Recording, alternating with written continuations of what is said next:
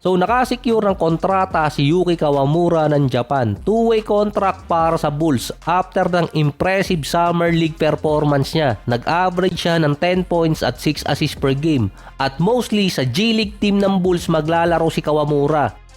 Last year din sa G-League, nag-average siya ng 12 points at 8 assists per game para naman sa Memphis.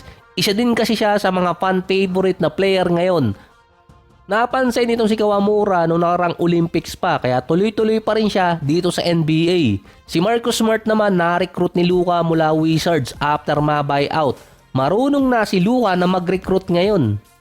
Last week pa nire-recruit ni Luka or personal niyang nire-recruit itong si Marcus Smart. Kaya nagkaroon ng discussion si Smart at yung agent niya na magpa-buyout. Last year nag-average si Smart ng 9 points, 2 rebounds at 3 assists per game. Hindi na ganong kataas sa offensive side pero sa defense andun pa rin.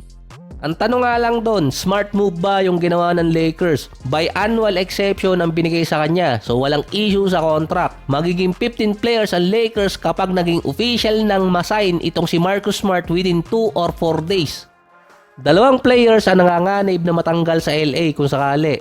Pero actually tatlo yun. Una si Shake Milton, non-guaranteed yung kontrata niya. Yung pangalawa si Jordan Goodwin. Pareha sila non-guaranteed kaya kailangan magtanggal ng isang player sa Lakers dahil kapag pumasok officially si Marcus Smart lalagpas sila sa first tax apron. Kapag mayroong naging available player at lagpas sa 12 million ng kontrata mahihirapan silang kunin dahil mayroon ng restriction.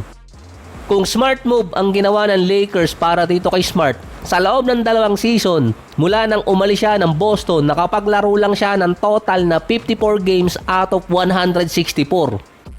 In papers, napalakas ni Smart yung defense pero in papers din, lagi siyang wala sa loob ng 2 taon. Hindi siya ganun ka-effective.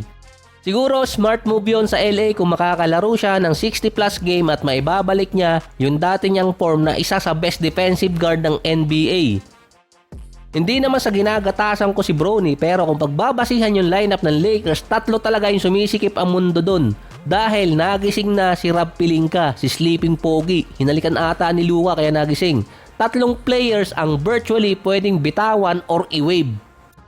Si Shake Milton at Jordan Goodwin na nabanggit ko kanina at isa pa si Bronny. Silang 3 yung pwedeng bitawan kapag merong naging available player sa free agency na na-wave or na-buyout or kung sino ang gustong makasama ni Luka sa lineup dahil mukhang siya na ang nasusunod sa LA ngayon.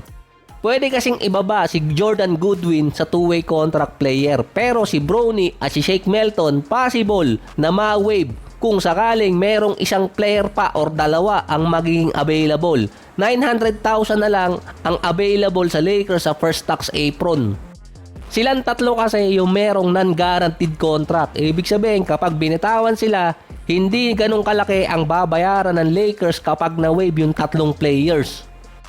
Sa 3 players na yan, tanging si Bronny yung nasa dulo ng rotation, lalo pat papasok si Smart. Si Goodwin at si Shake Milton mga rotational player. May good game din naman si Goodwin last year, pati si Shake Milton na backup point guard. Yun nga lang, lamang si Bronny dahil merong backer. Sa isa pang LA, sa kabila, gustong makuha si Chris Paul ng Clippers. Hanggang ngayon, hindi pa nagdi-decide kung saang team pupunta si CP3. Nire-recruit na siya ng mismong team president na si Lawrence Frank. May 2 available spot sa Clippers. 3.5 million na lang ang available sa cap space bago lumagpas ng tax apron. Kasya pa yon para sa isang minimum contract player. Ang question lang doon kung kukuha ng kontrata na minimum si Chris Paul. Galing siya sa 10.9 million na 1-year contract sa San Antonio. Yun lang ang hindi alam kay CP3 kung papayag na ba siyang kumuha ng minimum contract para makapag-retire na. Dahil meron pang mga teams ang makakapagbigay sa kanya ng mid-level exception na around California team. Tulad ng Sacramento, meron pang 13 players ang Kings sa main roster at 9 million pa sa tax apron. Meron silang Domantas, DeMar DeRozan at Lavin. No-brainer na kailangan nila ng isang point guard na katulad ni CP3 para maging effective yung 3 players. Napapataas pa rin ni Chris Paul yung winning record ng isang team kapag regular season. Ibang usapan kapag playoffs. Sa tatlong players kasi ng Sacramento, si Domantas Sabonis ang posibleng mag-request ng trade paalis ng Kings kung hindi pa rin makakakuha ng isang point guard na kapalit ni De'Aaron Fox.